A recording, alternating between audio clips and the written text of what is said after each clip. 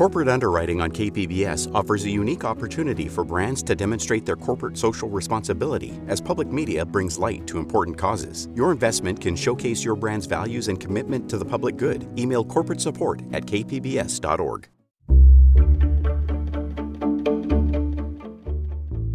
Good morning, I'm Lawrence K. Jackson. It's Tuesday, February 10th. Debates over paying to park in Balboa Park seem to be far from over. More on that next, but first, the headlines. Super Bowl 60 has now come and gone, but some local congratulations are definitely still in order. As first reported by CBS 8, Seahawks kicker and two-time Pro Bowler Jason Myers is an alumnus of Chula Vista's Mater Dei Catholic High School. And this past Super Bowl Sunday, the NFL says Myers set a record for kickers in a Super Bowl. He made his first 4 field goals, which gave his team a comfy 12-0 lead. However, history was officially made once Myers made his 5th, which set a Super Bowl record and sealed the win for the Seahawks. Congratulations also go out to wide receiver and kick return specialist Rashid Shaheed, who played varsity football at Mount Carmel High School. Nearly 2/3 of Americans feel that efforts coming from U.S. Immigration and Customs Enforcement has, quote, gone too far. That's according to a poll put together by NPR, PBS, and Marist, asking Americans how they would describe the action ICE is taking when enforcing immigration laws. This comes in the wake of 2 fatal shootings of U.S. citizens in Minnesota at the hands of federal immigration agents. The poll also shows President Donald Trump's disapproval rating being the highest it's been since just after the January 6th attack on the U.S. Capitol. There's also a very clear divide among party lines on the issue. 91% of Democrats disapprove of ICE's actions, while 73% of Republicans support and approve of the job ICE is doing.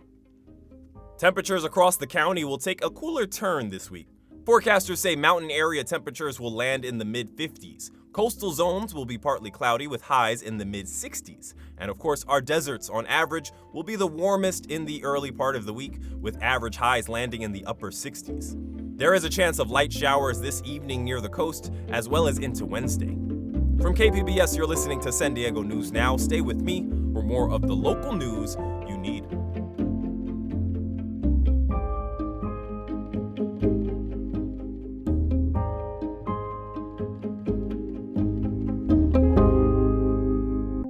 Powerful people can abuse their position, and the community expects them to be held accountable. That's where the KPBS investigations team comes in. If you have a tip for us, send an email to investigations@kpbs.org or message on the Signal app at 619-594-8177.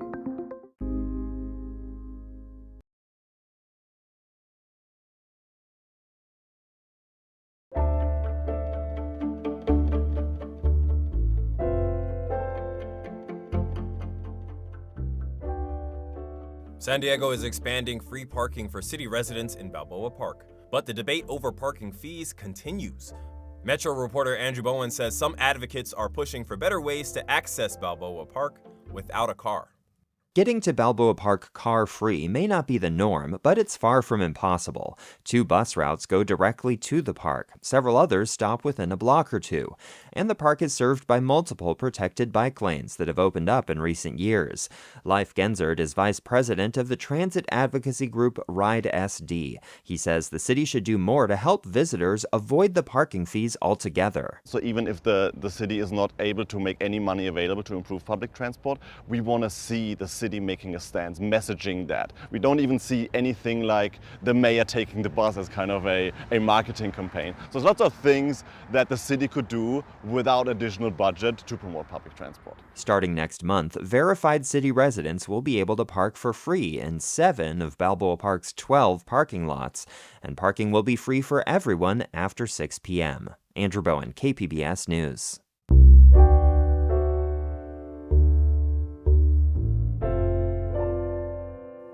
The Kaiser Permanente healthcare workers' strike is in its 3rd week. Health reporter Heidi DeMarco says yesterday, hundreds of pharmacy and laboratory workers joined them on the picket lines. About 500 pharmacy technicians, clinical laboratory scientists, and other lab workers walked out Monday morning. They're joining nurses and healthcare professionals who are already on strike against Kaiser Permanente. They are asking for higher staff levels and better pay. It was difficult to walk out today. Erin Ellengard is a clinical lab scientist at Kaiser. She says understaffing in laboratories creates risks for patients. Whether it's diagnosing a heart attack or a blood clot, they need to be able to have access to those laboratory results. And if we don't have enough people working in the laboratory, it's hard on those of us that are there. Kaiser says they are disappointed that the union chose to strike knowing the effect it could have on patient care. Union leaders say national contract negotiations have been stalled since December. The strike is planned to last 3 days, but they reserve the right to extend it if necessary. Heidi DeMarco, KPBS News. San Diego County's Department of Animal Services continues to undergo staffing changes this year. Reporter Elena Alfaro says another top-ranking official has now stepped down. Vaughn Maurice was director of the county's Animal Services Department for about a year and a half. The county confirmed his departure as of last week, but would not provide details on the circumstances. This is the second high-ranking official in the last 2 weeks to exit the department. Maurice's departure comes just after the county cut ties with Rachel Borelli, the department's second in command. KPBS uncovered a voice message from Borelli in which she made crude and disparaging statements about dogs in the county's care. Previously, KPBS reported on a skyrocketing dog euthanasia rate in county shelters and the department's poor record-keeping practices. A county spokesperson declined an interview request, but sent a statement. Quote, Vaughn Maurice has left the county of San Diego. We appreciate his service and we are grateful for the dedication of the Animal Services employees who provide compassionate care to shelter animals, promote adoptions and responsible pet ownership, and provide public safety. End quote. Elena Alfaro, KPBS News. Haircuts are one of the many added expenses that come with having kids. In this week's installment of Price of San Diego, reporter Katie Anastas introduces us to a La Mesa family saving money snip by snip. When COVID shuttered local businesses and public spaces, many of us learned how to do things ourselves. Evan Shinegross started cutting his kids' hair. I really just kind of jumped into this blind and learned as I go, and it's been good enough, so I'm like, okay, let's keep rolling with it. His sons, Riley and Caleb, are now 11 and 8. Shinegross estimates they're saving around $60 each time he cuts their hair. Look down, look down. In the beginning, he draped a towel over his son's shoulders. Now he's upgraded to a barber cape. Boom, look at that. It looks profesh when I flip it out like a real barber. And like professional barbers, he has to keep up with style preferences. In the first few years, Riley wanted a shorter cut. There was a phase where he was very into Top Gun, so he wanted sort of like the Top Gun style cut. Riley likes his hair a little longer now. So does Caleb. How long do you want to keep it right now? Do you want me to?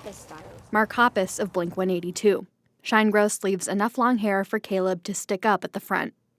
Riley says his dad's technique has improved over the years. Like he knows what he's doing. Right. Yeah. I know what I'm doing. Well enough to keep this backyard barbershop open for business. Katie Anastas, KPBS News.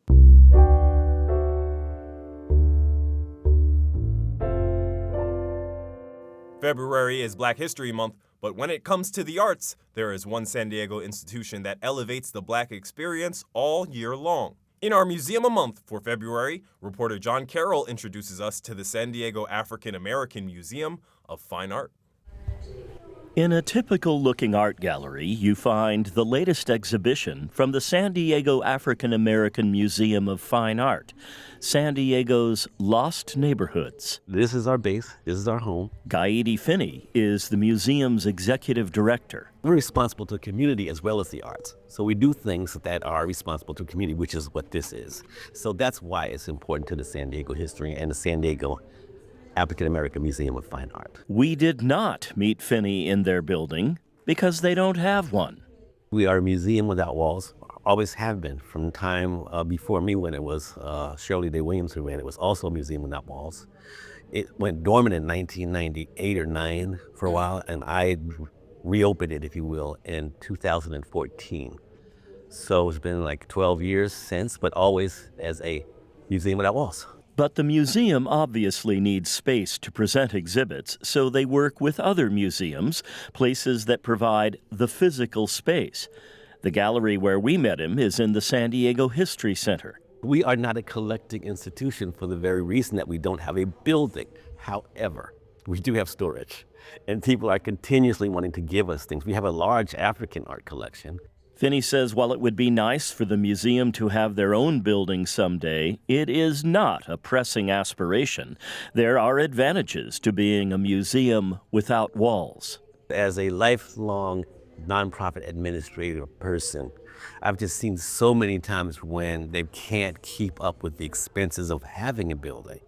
So you have to have enough income on a regular basis to sustain the electricity, or the monthly payments, or the gas, or the lights. All of that stuff is important. You have to have it, but if you have to pay that, where's that money coming from? And Finney says there are other good reasons not to be tied to a building. It's a blessing in one sense because we have been able to work with all the museums. And the reason is, because we're a fine art museum, we could only go in certain places that have the climate control, the security, and all that kind of thing to bring excellent art here. And not having a building can lead to some out-of-the-box thinking when it comes to exhibits. San Diego's Lost Neighborhoods is actually two distinct exhibits, the one you see all around you and the other you get to through your phone. It's called augmented reality. Circles on the floor are in essence QR codes, leading you to see exhibits that are around you in the virtual world. You overlay history onto the real world, and so you feel like you're going back in time, but just to your phone. It's a wonderful way to showcase art anywhere in the world. In fact, the San Diego African American Museum of Fine Art has and continues to exhibit artwork far from its home city. We have exhibits right now in Africa.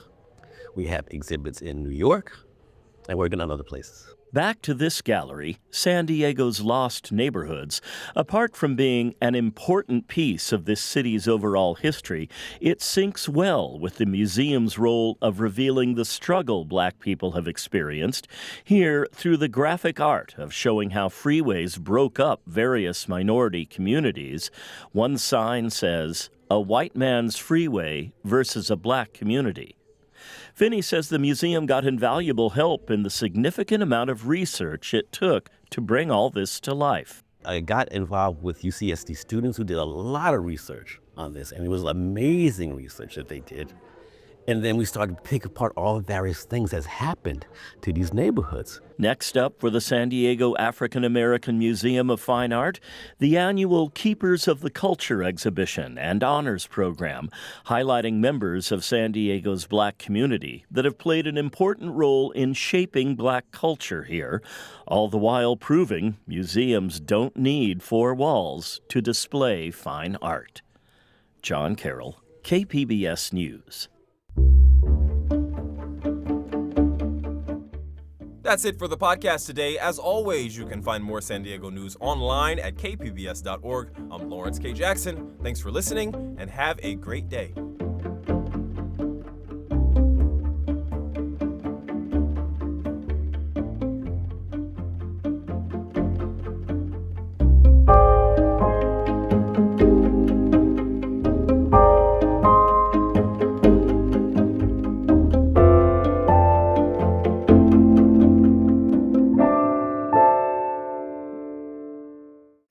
Powerful people can abuse their position, and the community expects them to be held accountable. That's where the KPBS investigations team comes in. If you have a tip for us, send an email to investigations@kpbs.org or message on the Signal app at 619-594-8177.